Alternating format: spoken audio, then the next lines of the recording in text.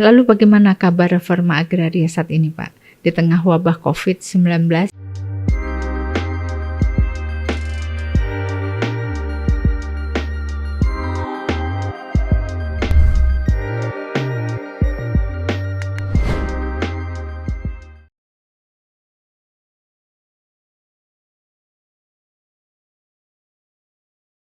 Halo sahabat ATR BPN, ketemu lagi di podcast Kementerian ATR BPN. Kali ini saya bersama Pak Sudaryanto, Direktur Landeform Kementerian ATR BPN. Siap, Bu Yuli. Kali ini kita akan membahas tentang reforma agraria.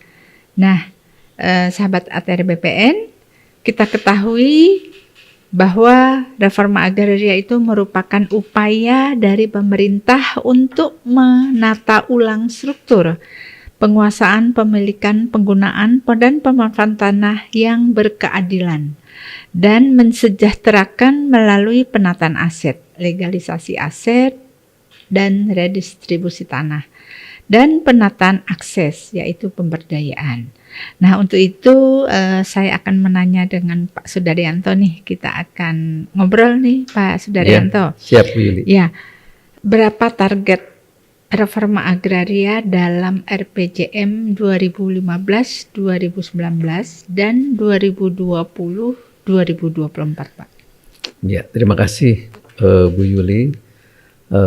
Sobat ATR BPN, sebagaimana yang sudah dicantumkan dalam target RPJM 2015 sampai 2024, yang mana itu juga salah satu nawacita dalam nawacitanya Bapak Presiden Republik Indonesia, yaitu reforma agraria ditargetkan ada 9 juta hektar.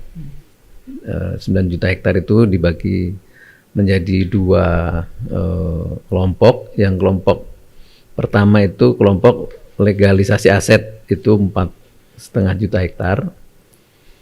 Legalisasi aset sendiri ada dua jenis kegiatan, yaitu yang pertama adalah pensertifikatan tanah transmigrasi, itu targetnya adalah 0,6 juta hektar. Kemudian yang kedua adalah kategori pendaftaran tanah sistematis lengkap atau PTSL, atau lebih dikenal masyarakat dulu namanya PRONA, dan juga pensertifikatan tanah milik masyarakat.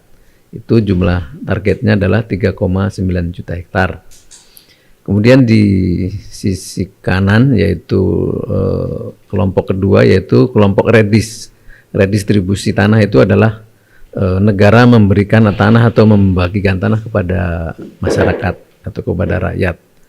Nah, ini dibagi juga dua jenis, yaitu tanah yang berasal dari tanah hak atau HGU, HGB, tanah yang ditelantarkan, kemudian tanah negara lainnya. Ini juga termasuk hasil penyelesaian sengketa dan konflik, Bu. Ini ada targetnya adalah 0,4 juta hektar. Kemudian yang satu lagi ada jenis dari pelepasan kawasan hutan, itu jumlahnya 4,1 juta hektar. Jadi totalnya adalah 4,5 juta hektar dari redistribusi tanah, kemudian dari legalisasi aset 4,5 juta hektar, sehingga jumlahnya 9 juta hektar. Demikian. Ya, kalau kita lihat tadi ada 9 juta hektar. Sebenarnya tanah-tanah untuk RA ini berasal dari mana aja, Pak? Kalau reforma agraria yang terutama yang berupa fresh land itu berasal dari tanah pelepasan kawasan hutan yang paling banyak, yaitu 4,1 juta hektar. Kemudian yang lainnya itu berasal dari HGU habis yang tidak diperpanjang, kemudian tanah yang ditelantarkan, dan juga tanah-tanah yang berasal dari penyelesaian sengketa dan konflik. Ini banyak juga mungkin sengketa konflik yang berkepanjangan, konflik agraria yang selama ini bisa kita selesaikan, itu juga bisa kita langsung jadikan sebagai objek reforma agraria. Cukup banyak ya, berarti sumber-sumbernya juga jelas. Lalu bagaimana kabar reforma agraria saat ini, Pak? Di tengah wabah COVID-19 yang terjadi, bagaimana efektivitas pelaksanaan reforma agraria di lapangan dengan target yang begitu banyak?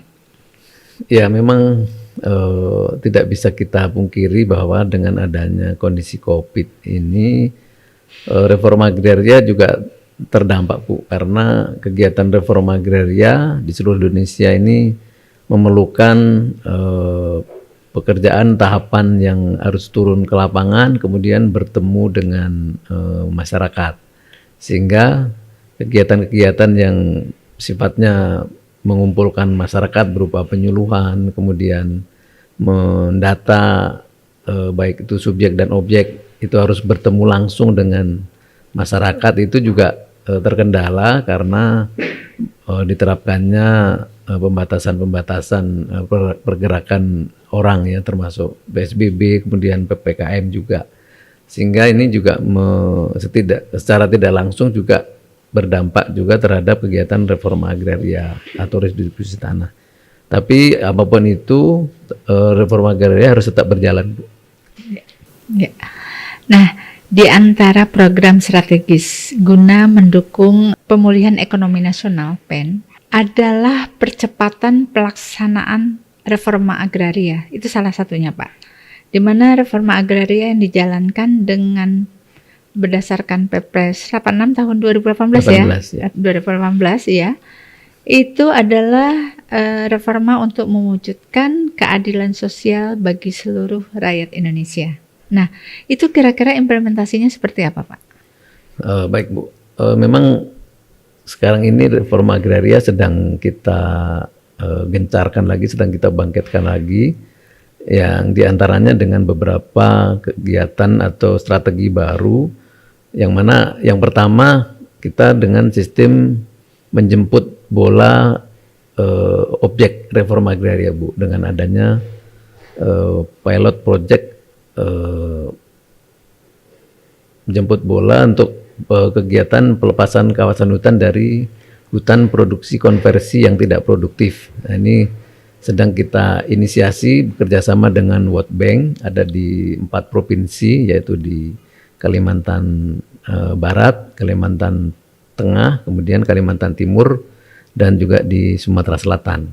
Kemudian yang kedua, ditetapkannya reforma agraria sebagai major project oleh pemerintah, yaitu diinisiasi oleh KSP, Kepala Staf Presiden, kemudian disupport oleh kementerian lain, yaitu Kementerian Bappenas, Kementerian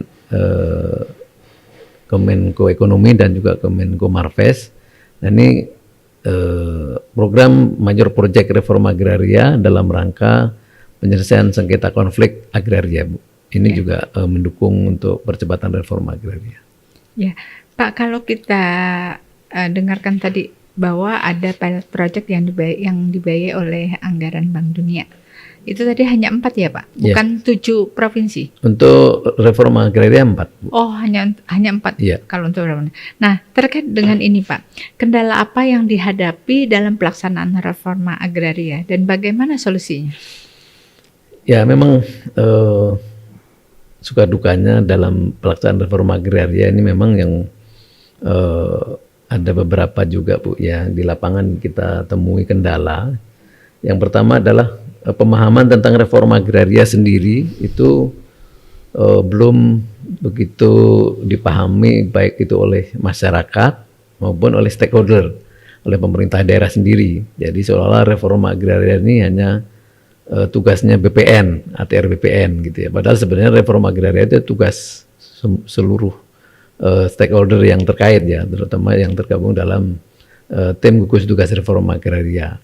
Nah, ini juga perlu kita berikan penjelasan kepada stakeholder, kemudian juga kepada masyarakat. Kemudian kalau di Jawa, Bu, reforma agraria ini mudah untuk mendapatkan subjek tapi susah untuk mencari objek. Jadi orangnya banyak yang membutuhkan tanah tapi objeknya atau tanahnya berkurang atau kurang gitu.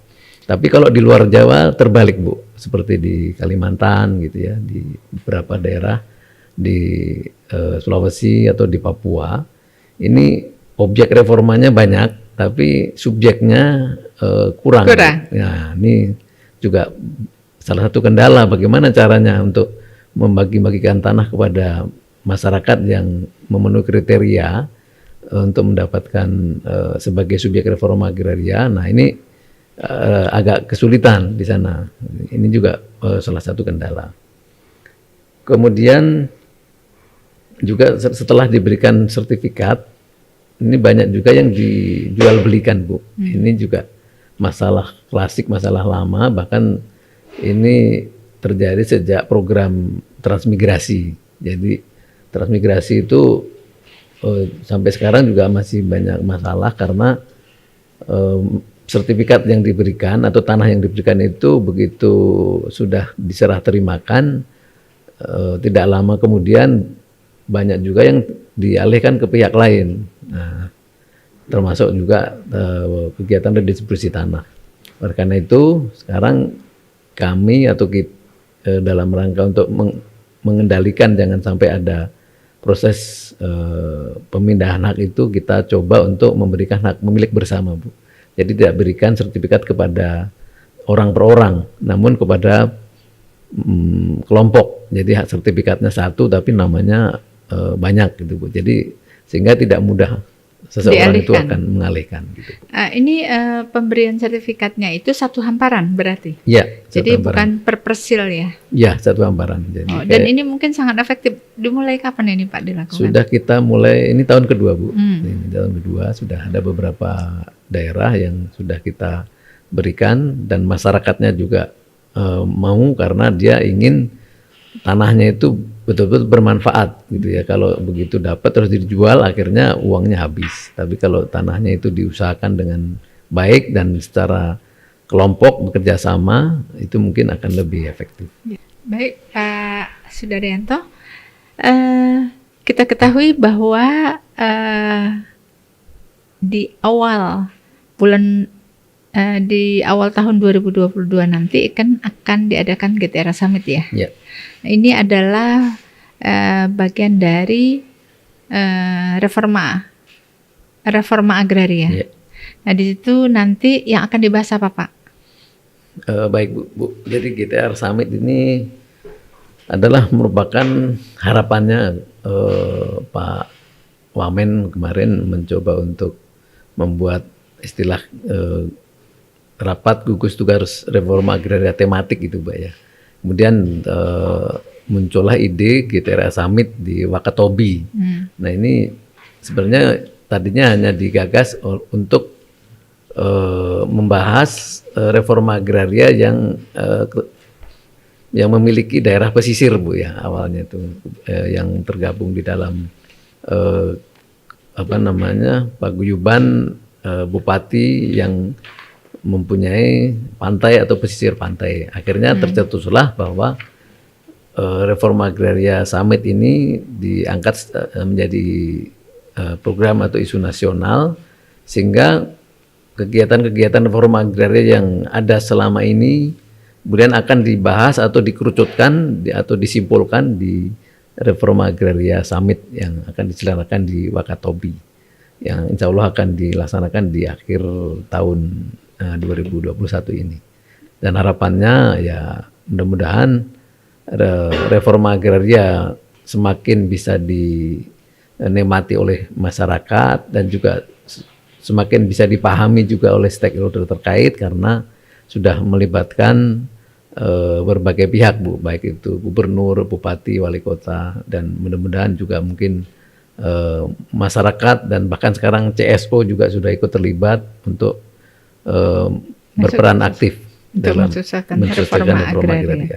Ya, tadi kalau kita kilas balik ke belakang itu bahwa reforma agraria itu salah satunya adalah legalisasi aset, legalisasi aset dan redistribusi, ya dalam rangka penataan aset.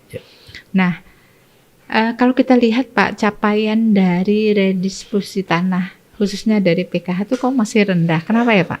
Ya, ini memang salah satu PR kami, kenapa redistribusi tanah dari pelepasan kawasan hutan itu masih rendah, memang ada beberapa hal, ada beberapa masalah.